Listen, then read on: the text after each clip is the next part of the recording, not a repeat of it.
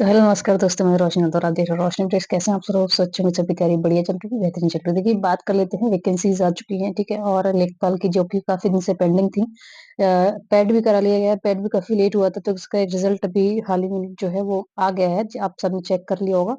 अब देखिए बात कर लेते हैं, इसमें पैड के आधार पर ही आपके जो लेखपाल है उसकी वैकेंसीज जो है वो फिल की जाती है, इनकी वैकेंसीज भरी जाती है। अब बात कर लेते हैं, इसमें पूरा इन्होंने जो है नोटिफिकेशन निकाला हुआ है, क्या क्या चीजें हैं, क्या क्या मांगी, क्वालिफिकेशन क्या क्या है, वो मैं आपको बता दे रही हूँ, ठीक है। और देखिए इसके जो फॉर्म्स हैं, जो Uttar Pradesh subordinate service selection commission होता है, यूपी ट्रिपल एससी, ठीक है। तो इसके माध्यम से ही जितनी भी उत्तर प्रदेश की लगभग लगभग सारी जो वैकेंसीज है उनको फिल किया जाता है। अब देखिए बात कर लेते हैं इसमें, जो उत्तर प्रदेश लेखपाल ऑनलाइन फॉर्म है, ये आवेदन कब से शुरू हो रहे हैं। तो देखिए 29 दिसंबर से ये फॉर्म जो है वो स्टार्ट होने शुरू हो जाएंगे, और 28 जनवरी इसकी लास्ट डेट रहने वाली है। अब बात कर लेते हैं इसमें करेक्शन डेट की बात करें तो 4 फरवरी 2026, जिसका भी अगर कोई भी करेक्शन करवाना हो तो आप इस डेट में करा सकते हैं। अब देखिए बात कर लेते हैं एप्लीकेशन फीस की। तो जो जनरल है, ओबीसी है, ईडब्ल्यू है, इन सभी कैंडिडेट्स के लिए 25 रुपए फीस रहने वाली है। एससी एसटी वालों के लिए 25 रुपए, और जो भी फिजिकल हैंडीकैप्ड हैं उनके लिए 25 रुपए, यानी फीस, एप्लीकेशन फीस भी 25 रुपए से ज्यादा किसी की भी नहीं लगने वाली है।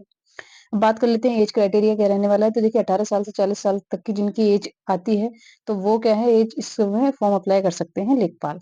टोटल पोस्ट की बात कर लेते हैं तो कितनी है, तो 7,994 पोस्ट है टोटल, ठीक है। और ये सारी लेखपाल की पोस्ट है। और इसमें क्वालिफिकेशन की बात करें तो क्वालिफिकेशन इसमें 10+2 मांगा जाता है, वो भी आपका किसी भी बोर्ड से वो मैटर नहीं करता, ठीक है। केवल आपके पास 10+2 होना चाहिए।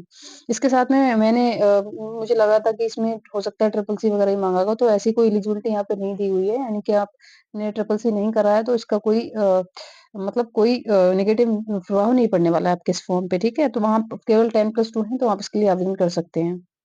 देखिए बात कर लेते हैं, ये जो आपका मोड ऑफ सिलेक्शन है वो मेनली आपका based on PAT score card के आधार से होगा, और इसका मेंस एग्जाम होगा। यानी जिनका भी पैट है उसके आधार से पहले मेरिट बनेगी, और उनका ही एग्जाम होगा, मेन एग्जाम, ठीक है। जो जो पैट में अच्छा स्कोर कर रहे होंगे उस मेरिट में आ रहे होंगे। तो मतलब एक तरीके से ये जो पैट है, प्री एलिजिबिलिटी टेस्ट है, ठीक है। तो ये वही है कि आप मतलब उसके लिए एलिजिबल है या नहीं है, तो यही आपका जो है प्री हो जाता है एक तरीके से, ठीक है। पैट ही आपका प्री हो जाता है, और इसमें मेंस करा के उसके बाद में इसको आगे भर्ती को बढ़ाया जाएगा। तो अब बात कर लेते हैं इसमें मतलब टोटल अगर मैं इसमें बात करूं सिलेबस वगैरह की, तो वो भी मैं आपको लगे हाथों बता दे रही हूँ, है ना, लेखपाल का सिलेबस क्या रहने वाला है। अब देखिए बात कर लेते हैं, ये जो 7,900 काफी दिनों बाद ये वैकेंसीज आई हुई हैं, काफी जो है ये मतलब काफी दिन से पेंडिंग थी। इसमें देखिए सामान्य हिंदी रहती है, गणित रहती है, और सामान्य ज्ञान रहती है। और जनरली ग्रामीण विकास और ग्रामीण समाज से भी क्वेश्चंस भर भर के पूछे जाते हैं इसमें। 100 अंकों का ये जो है ये एग्जाम रहने वाला होता है, और 1/4 की इसमें नेगेटिव मार्किंग रहती है, ठीक है। 25 क्वेश्चन 25 अंक ही इसमें मिलते हैं, यानी 100 क्वेश्चन 100 नंबर के रहने वाले होते हैं। नेगेटिव मार्किंग 1/4 की है, ठीक है। 2 घंटे का समय, यानी 120 मिनट का इसमें समय रहने वाला होगा, और हमारे 20 इसमें क्वेश्चंस रहते हैं, और हमारी सीट आपको मिलती है। ऑफलाइन पेपर होता है, ठीक है। तो मुख्य विषय में मैंने भी बता दिए, हिंदी, मैथ, ठीक है, जीके और ग्रामीण विकास से क्वेश्चंस रहने वाले होते हैं।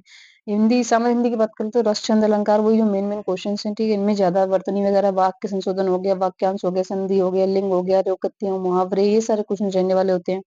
और मैथ में बेसिक आपका परसेंटेज, नंबर सिस्टम्स, ठीक है, प्रॉफिट एंड लॉस, डिस्काउंट हो गया, एवरेज इंटरेस्ट हो गया, जो ज्योमेट्री और एवरेज अलजेब्रा भी आती है आपके यहाँ पे, और ट्रिग्नोमेट्री भी आती है, नहीं त्रिकोणमिति भी आती है। देखिए सामान्य ज्ञान की बात करें तो वही भारत का इतिहास, भूगोल और विज्ञान, ठीक है, करंट अफेयर आती है इसमें, और उत्तर प्रदेश की जीके स्पेशली पूछी जाती है, और कुछ भूगोल के क्वेश्चन भी यहाँ पे रखे जाते हैं।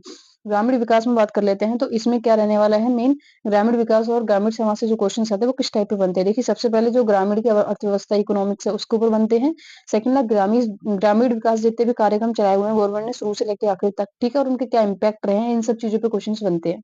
और मेनली पंचायती राज व्यवस्था जो है बेसिकली गाँव के लिए ही निकाली गई थी, तो पंचायती राज व्यवस्था जो है ये बहुत इंपॉर्टेंट रोल प्ले करती है इस वाले टॉपिक में। तो इसको भी अच्छे से कवर कीजिएगा जो भी तैयारी कर रहे हैं, ठीक है। उत्तर प्रदेश की ग्रामीण संरचना कैसी है, इस पे भी क्वेश्चन बनते हैं, ठीक है। उत्तर प्रदेश का बेसिकली इसलिए पूछा जाता है, उत्तर प्रदेश एग्जाम इसलिए। तो देश का भी आप पढ़ सकते हैं कि पूरे ऑल ओवर कंट्री के हिसाब से आप टॉपिक्स को उठा लीजिएगा। देखिए भूमि सुधार योजनाएं हैं जो मेनली उत्तर प्रदेश और वैसे आपके ऑल इंडिया, ठीक है? तो इसमें आपके क्वेश्चन्स रहने वाले होते हैं और योजनाएँ कौन-कौन सी हैं, कौन-कौन सी स्कीम्स गवर्नमेंट लॉन्च कर रही है और आने वाली स्कीम्स कौन-कौन सी हैं, इसकी मतलब जो एक होता है ना टारगेट ईयर होता है, वो कौन-सा रहने वाला है और इनके प्रमुख दिवस वगैरह रहते हैं, तो जिनसे भी रिलेटेड हैं, योजनाओं से रिलेटेड जो आप आस-पास पूरा 360 देख लीजिएगा और उस हिसाब से टॉपिक्स निकाल-निकाल के खुद को तैयार कर लीजिएगा। देखिए ये बेसिक मैंने आपको बता दिया है, ठीक है? वीडियो बहुत लेंथी चली जाएगी तो इससे ज़्यादा समझाऊँगी, तो ये आप जो भी भरने जा रहे हैं फॉर्म, तो प्लीज़ अपने फॉर्म को अप्लाई कर सकते हैं। मिलते हैं नेक्स्ट वीडियो में, तब तक के लिए जय हिंद, बाय-बाय।